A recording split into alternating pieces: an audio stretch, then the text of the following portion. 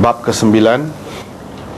Bolehkah orang yang berjunub memasukkan tangannya ke dalam bekas air sebelum membasuhnya jika tidak ada kekotoran di tangannya selain janabah? Ibnu Umar dan Bara bin Azib memasukkan tangan ke dalam air yang akan digunakan untuk bersuci dengan tidak membasuhnya, yakni terlebih dahulu, kemudian berwudu dengannya. Ibnu Umar dan Ibnu Abbas berpendapat tidak mengapa dengan percikan air yang digunakan untuk mandi junub. Imam Bukhari dengan sanadnya meriwayatkan daripada Aisyah radhiyallahu anha, katanya, aku mandi bersama Nabi sallallahu alaihi wasallam dengan menggunakan air dari bekas yang sama. Tangan kami bersilang selisih untuk mengambil air di dalam bekas itu. Dengan sanadnya Imam Bukhari meriwayatkan daripada Aisyah radhiyallahu anha, katanya, Rasulullah sallallahu alaihi wasallam membasuh tangannya, yakni terlebih dahulu apabila hendak mandi junub. Dengan sanadnya Imam Bukhari meriwayatkan daripada Aisyah, katanya, aku dan Nabi sallallahu alaihi wasallam mandi junub menggunakan air dari bekas yang sama. Riwayat yang sama telah juga diambil daripada Abdurrahman bin Al-Qasim daripada Aisyah. Dengan sanadnya Imam Bukhari meriwayatkan daripada Abdullah bin Jabr, katanya, saya telah mendengar Anas bin Malik menceritakan Nabi SAW dan salah seorang isterinya mandi menggunakan air dari bekas yang sama. Muslim dan Wahab bin Jarir mengemukakan riwayat ini daripada Syu'bah dengan tambahan janabah, yakni selepas perkataan mandi. Bab ke-10. Orang yang mencurahkan air dengan tangan kanannya ke atas tangan kirinya pada ketika mandi. Dengan sanadnya Imam Bukhari meriwayatkan daripada Ibni Abbas daripada Maimunah binti Al-Harith, katanya, aku meletakkan air dan memasang tabir untuk Rasulullah sallallahu alaihi wasallam mandi. Baginda menuangkan air ke atas tangan dan membasuhnya sekali atau dua kali. Sulaiman berkata, yakni kata Abu Awanah, aku tidak pasti adakah dia, yakni Salim bin Abil Ja'ad, menyebut 3 kali atau tidak. Kemudian baginda menuangkan air dengan tangan kanan ke atas tangan kiri, lalu beliau membasuh kemaluannya. Setelah itu beliau menggosokkan tangannya di tanah ataupun di dinding. Kemudian baginda berkumur-kumur menghisap air ke hidung, membasuh muka dan kedua tangannya serta membasuh kepalanya.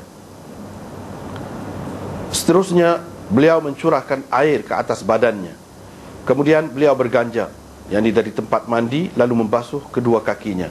Saya pun menghulurkan kepadanya satu cebisan kain, tetapi beliau mengisyaratkan dengan tangannya begini, bermaksud beliau tidak mahukannya. Bab ke-11. Mandi dan berwudu tanpa mualat. Diriwayatkan bahawa Ibnu Umar membasuh kedua kakinya selepas kering air sembahyangnya. Dengan sanadnya Imam Bukhari meriwayatkan daripada Ibnu Abbas, katanya, Maimunah bercerita, katanya, aku meletakkan air untuk Rasulullah sallallahu alaihi wasallam mandi. Maka baginda menuangkan, yakni air ke atas kedua belah tangannya dan membasuhnya 2 kali atau 3 kali. Kemudian beliau menuangkan air dengan tangan kanannya ke atas tangan kirinya, lalu membasuh bahagian kemaluannya. Selepas itu beliau menggosokkan tangannya di tanah. Setelah berkumur-kumur menghisap air ke hidung, membasuh muka dan kedua tangan serta kepalanya 3 kali. Beliau menuangkan air ke seluruh badannya. Akhir sekali beliau berganjak dari tempat mandinya, lalu membasuh kedua kaki. Itulah 3 bab kita baca saat ni. Tengoklah sebanyak mana kita dah. Bab yang pertama pada hari ini ialah bab yang ke-9 tu, muka surat 213.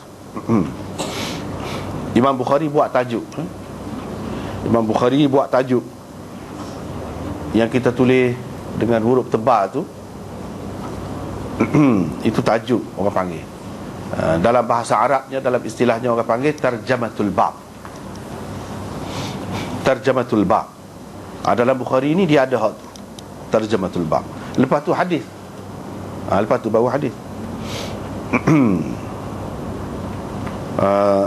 Tarjamatul bab ini dia istimewa, memang sesuatu yang dikehendaki dalam Bukhari ini, berbeza daripada kitab-kitab lain. Kalau dari segi hadis tu, kalau nak kira sama, ada juga dalam kitab lain hadis-hadis ni pun. Yang berbezanya ialah fiqh Bukhari ataupun pemahaman dia terhadap hadis. Itu yang berbeza. Melalui tarjamatul bab ataupun tajuk yang dibuat oleh Imam Bukhari ini, kita boleh tahu pendapat dia, di samping pendapat orang-orang lain yang sebenarnya bersumberkan hadis, berasaskan hadis. Cuba kita tengok mula-mula tu. Dia kata, bolehkah orang yang berjunub memasukkan tangannya ke dalam bekas air sebelum membasuhnya jika tidak ada kekotoran di tangannya selain janabah? Bolehkah? Dia tidak royak. Boleh. Gini-gini, dia tidak. Apa sebab? Dalam Bukhari ni, dalam tajuk dia ni, selalunya Imam Bukhari kalau dia kata adakah, bolehkah, dia nak mengisyaratkan kepada sesuatu, iaitu khilaf yang berlaku di kalangan ulama tentang masalah ni. Kalau hal di permulaan tu biasanya dengan arti nak menarik perhatian kita kepada khilaf yang berlaku dalam masalah ini. Dia tak say hukum, tengok sendirilah. Dia nak ceritanya, tengok sendirilah. Baik, di situ nota ada 177 tu, kita tengok semua ulama sepakat mengatakan air akan menjadi najis dengan dicelup tangan yang bernajis ke dalamnya. Tetapi jika tangan seseorang yang berjunub tidak bernajis dan memang bersih pada zahirnya, adakah air akan menjadi najis juga dengan dia mencelup tangan ke dalamnya? Para ulama berbeza pendapat dalam masalah ini.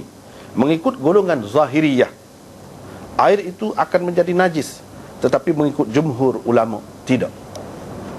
Untuk menarik perhatian kepada perbezaan pendapat inilah Imam Bukhari memulakan bab ini dengan perkataan hal. Adakah, bolehkah? Dengan mengemukakan beberapa asar sahabat, beliau mahu menegaskan bahawa beliau sependapat dengan jumhur ulama dalam masalah ini. Itu parti dia lah, maksud dia buat tajuk. Dalam ni juga kita dapati bahawa Imam Bukhari ni dia hormat kepada mazhab yang tidak masyhur. Mazhab kalau kita zaman sekarang ni hak masyhurnya Pak kan. Zaman dia tu pun ada dah mazhab Pak tu. Sebab semua imam-imam tu sebelum pada dia belaka, Imam Ahmad tu guru dia. Maklum dah ada mazhab mereka masing-masing. Tapi Imam Bukhari tidak lupa. Nak cerita, kita kena hormat dan kita kena berikan perhatian juga kepada golongan yang lain selain daripada hak masyhur, hak orang ramai pakai, terutama je zaman sekarang ni kan. Orang terlalu tertutup sehingga setengah-setengah tu kata wajib kita pegang saja, tak boleh banyak. Tak boleh banyak. Setengah-setengah tu kata paling tinggi boleh 4 je, tak boleh lebih daripada tu. Tapi daripada perbuatan Bukhari ni, dia hormat. Adakah, bolehkah? Padahal hak kata tak boleh tu, hak kata najis lah, kalau celup tanpa basuh tangan dulu ke dalam bekas air tu, golongan zahiriyah. Golongan zahiriyah ni dulu daripada 4 mazhab. Tapi Imam Bukhari hormat. Sebab apa? Mereka juga mujtahid. Ramai orang-orang yang hebat-hebat, mereka juga menggunakan Al-Quran dan Sunnah. Oleh sebab itu kita tidak boleh abaikan pendapat mereka, tak boleh pandang lekeh.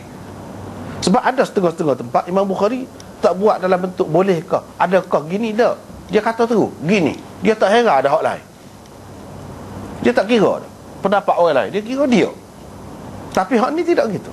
Menunjukkan Imam Bukhari hormat, meletakkan golongan zahiriyah di tempat yang muktabar, perlu diambil kira. Itu. Bahkan banyak pendapat Imam Bukhari hak lepas-lepas dah pun kita sudah jumpa, iaitu dia sependapat dengan golongan zahiriyah.